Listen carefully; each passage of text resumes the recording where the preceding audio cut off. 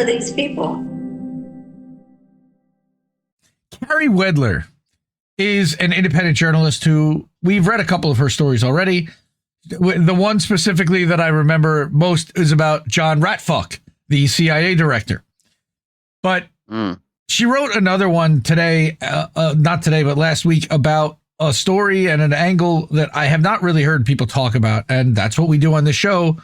So I thought it was a good one to open with tonight, which is that the government is surprisingly dumping toxic LA fire debris in local communities. Now, she lives in Southern California. The news cycle's moved on, but the fallout from the fires continues, which, welcome to America, where the news cycle moves on.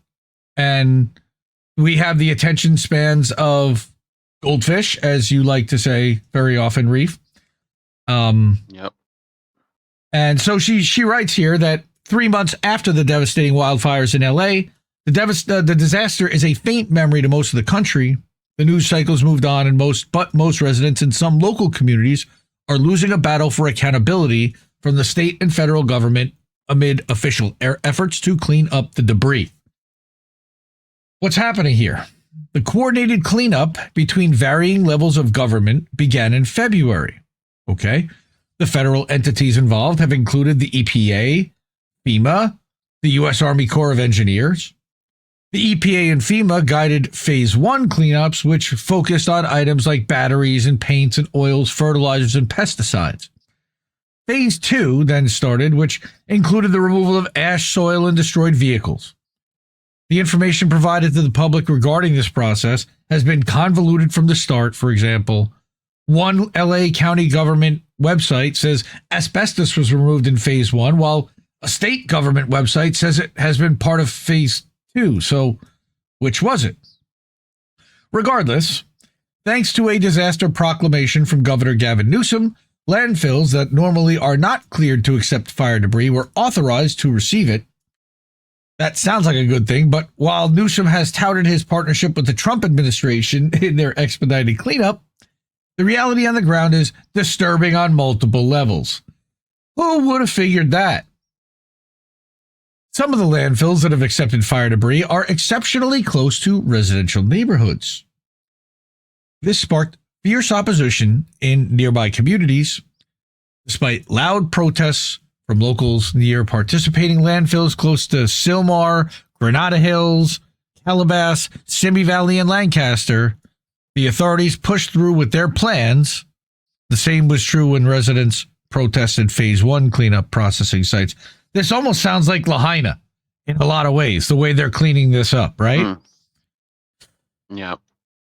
As is most disaster cleanups. Well, right. One elected LA County supervisor who initially claimed to side with residents opposed to the fire debris dumping flip-flopped. What a surprise!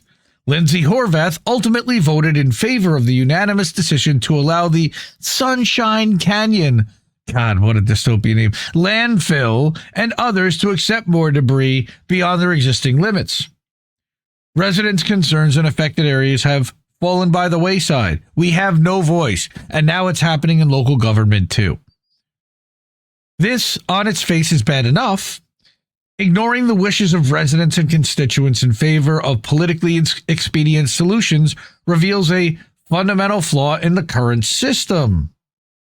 No matter what, people who don't consent to certain policies, even ones that may harm them, don't have a choice in the matter. Again, welcome to America. This is not just Trump's America. This was Joe Biden's America, too. Look what happened to the people in Lahaina. Look what happened to the people in East Palestine, Ohio. Look what happened to the people in Conyers, Georgia. Look what happened to the people in Western North Carolina, Asheville, and in Eastern Tennessee after Hurricane Helene. But now you've got safe toxins. But the hits keep on coming. Whatever those are. Right? Officials ranging from local LA agencies all the way up to the federal government have insisted the debris is being handled safely, and as a result, is not a threat to residents who live near the landfills. Even so, no, the debris has not been fully tested because of emergency waivers and exceptions, but similarly, FEMA declined to test the leftover soil in burned areas, which could have ensured the toxins were fully removed. This would have been done following the removal of the top layer, which has been sent to the landfills during phase 2. So right now you have possibly an exposed toxic layer sitting there that's not being cleaned up or tested for, because we don't know what we can't test. We have to test so that we know. Scott Smith, the water guy, always talks about that. All right. Further, as the LA Times reported in February, landfill operators typically do not have proper equipment to test wildfire debris for contaminants like lead and asbestos. That's great. For its part, the Army Corps of Engineers says protocols is to send asbestos to the Azusa Land Reclamation Landfill, which is authorized to accept it, but asbestos, even if properly handled, isn't even the only concern. The same article notes some public officials have acknowledged the ash, quote, likely contains a myriad of toxic substances from burned down buildings, including brain-damaging lead and cancer-causing arsenic, unquote. Because why not? Sure. The U.S. Army Corps of Engineers is purportedly searching for hazardous materials in the Phase 2 cleanup, but that has done little to ease communities' fears. So now your house is burned down. You have to rebuild. Your homeowner's insurance really didn't cover it, and now you're living on top of toxic ash that could contain lead, arsenic, and asbestos. Yeah. Shit, man. I'm telling you, they're trying to kill us all. Our government hates us, and they're trying to kill us all. A small study of firefighters who put out the blazes, and by the way, there's another story from ProPublica that I didn't even bring about how Trump has disbanded the organization that tests for cancerous, toxic disease within firefighters because of the ash and smoke that they breathe. Right. All right, but a small study of firefighters who put out the blazes found elevated levels of toxic per and PFAS, right, as well as heavy metals in their blood. What a surprise. Then, while this is not the same type of exposure as storing debris in landfills could cause, it cast doubt on government assurances that the debris is safe to place in residential areas, which it probably isn't. It relies on assumptions that the debris will be meticulously handled, which we know it hasn't. According to the Army Corps of Engineers, there are 4.5 million tons of debris to be cleared in Phase 2. Not that much.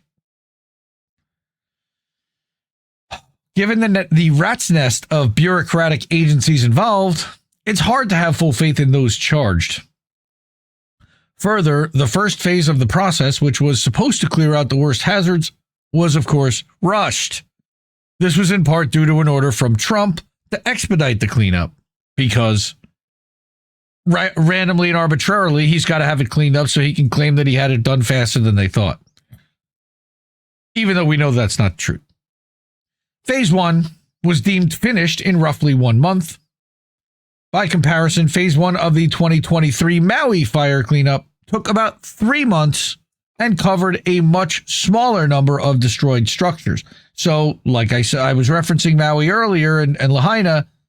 Yeah, pretty much. These structures, what can I say except you're welcome? On so many levels, man. The Rock, that's a whole other story about The Rock. Not just with Lahaina, but You're talking about Maui? Something he was Maui, yeah. And then he's Maui, and you got Moana, but WrestleMania was this week, and he set the storyline and then bailed on the whole thing, which was really weird. And I heard a lot of criticism there too. Angel in the Angel and Pro Wrestling Talk will be able to talk more about that, I'm sure. Well, let me tell you something, brother. Yeah, he's still canceled, by the way. Hogan is still canceled. Very much so. Right? So, one state senator raised concerns about photos and video footage that allegedly show improperly packaged debris. Of course they do, because there's probably tons of that, if they allow it. A spokesperson for the LA County Sanitation Districts disputed the claim as misinformation. Let me guess, that's a Democrat. Mhm. However, given the expedited interagency process and apparent conflicting information from various agencies, it's understandable that residents are concerned about the thoroughness of the process. That whole thing took 1 month? 4.5 million tons of debris in 1 month? When it took 3 months to have it took 3 months to do Lahaina for a lot smaller of an area and a lot fewer structures. Sure. Nah, nobody's going to get sick from that or anything. Adding insult to injury, one of the landfills now bypassing existing codes to accept fire debris has a, of course, long history of complaints, mismanagement, and violations. She mentions...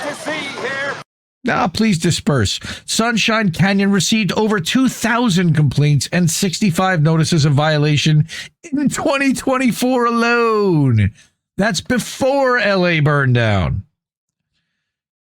Residents have long voiced concerns about foul odors year-round that they believe causes health issues because that's what happens from landfills that don't get contained properly. The odor problems are at least in part due to improper waste management, often in violation of existing rules. I live in New Jersey, okay? Nobody can tell you about smelly states more than New Jersey. All right? Sea Caucus is just a fucking toxic dump. It's not as bad. You used to literally, the minute you drove through it, you could smell it. But I don't notice that nearly as much the last, 10 years or so. It used to be when I was a kid, it was real bad. And I remember when I dated someone who lived from Houston, she lived in Pasadena, and they literally used to call it Stinkadena. Stinky. Yeah. So, for his part, the mayor of Calabasas, for example, vowed to impose strict monitoring of any debris brought to that landfill. Because the mayor is strictly going to monitor a landfill for that. While the other landfills do not have glaring code violations like Sunshine Canyon, they have significantly increased their tonnage thanks to their acceptance of likely toxic fire debris. Residents are left to simply trust that debris has been properly handled. And if it hasn't, what recourse do they have? I don't know. Some of these communities have long struggled for accountability regarding environmental toxins. Granada Hills and nearby communities are still fighting for accountability from the 2015 SoCal gas methane leak. That was the largest in U.S. history. And it spewed toxic fumes into the area for months.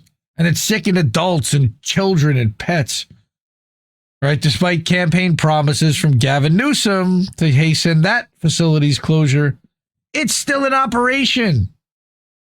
10 years after the largest methane gas leak in history. Some of his appointees to the Cal Public Utilities Commission have approved increases in operations because, of course. Holy shit. In Simi Valley, residents and activists are still fighting for the Boeing Company and federal and state government agencies to conduct a proper cleanup of a partial nuclear meltdown that occurred in 1959. Yeah. That disaster is believed to have released partial. More radioactivity. Yeah, partial half meltdown. Yeah, but more radioactivity than 3 Mile Island. The site went on to host decades of ongoing rocket testing and sodium burn pits because sure you would. Boeing it's already screwed up. I guess. Sure, just forget the health of anyone that ever goes there or near there. Yeah. But Boeing is trying to. Boeing and responsible government agencies have failed to facilitate an adequate cleanup despite Newsom telling the public he hasn't handled. And I literally wrote a tweet about this yesterday. Like, this has become the new thing. The truth doesn't matter. Reality doesn't matter. You literally just make a declarative statement and enough people, if you have a big enough following, will take that as fact and will then defend you to the nines for it. And that then becomes reality because perception is reality. And now that's the truth Mhm. I until reject shit. your reality and substitute my own. That's effectively what's been happening. Very, very eloquent. Thank you. So the fire debris from January's wildfires obviously must be cleaned up. Residents near the landfills have expressed that they sympathize with those who lost their homes, who were exposed to extensive toxins. The communities near these landfills want the mess to be properly handled, but not at the expense of their own well-being. Situations like these are not unique to Southern California, as I also was mentioning, right? Because we've got, sometimes it's failures of government bureaucracy alone, others times it's the insidious relationship between government and private contractors, which kills incentive to serve the taxpayers and customers. There's a word for that. there's a word for it. The public-private partnership. Yep. All too something like often, that. these two dynamics converge. It's called corruption. Regardless, without fail, It's called more than that. yes, the people that they are, that's Mussolini's line. The people they are Yes. supposed to be serving suffer the worst consequences. He's talking about fascism. Fascism. That is correct. I'm Merger glad the kids of, got it in the chat. Glad merger you're paying of attention. state and government. We do not find financing from anywhere but from you. So please, if you're able to, those are the awesome people that have already done that. We've gotten a few new subscriptions recently and really appreciate anyone that can help. Cash App, $, Indie News Network, ko-fi.com/Indie News Network, paypal.me/Indie News Network. Pay as friends and family. We don't pay any fees. And then you can also subscribe at innewsletter.com, where I put out pretty much a daily newsletter. I didn't do one today, I realized, because I was waiting for Colin to put out his INN news clip, which he did, and then I got distracted, but I'll do that later on tonight after both shows are over. And they'll have Substack newsletter near you. support independent media, folks. We need it more than ever. I love you all. Ciao, baby. Bye, Felicia. No! We just fucking lost the stream.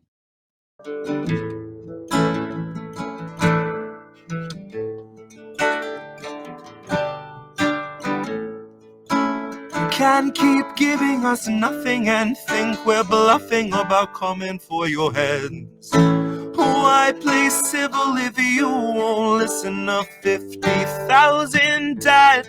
And now we know our mission, we form a militia, make Congress a prison. No, I play civil when all these dead won't make you listen. What's more American than slaying your oppressors? What's more American than liberty or death first? God, I thought we were founded on abolishing the tyranny of those who would starve a village all to live empirically. And I regret that I have only one life to give for my cause now that I can see the cause so clearly. See, I want our leaders, regardless of party, to fear me.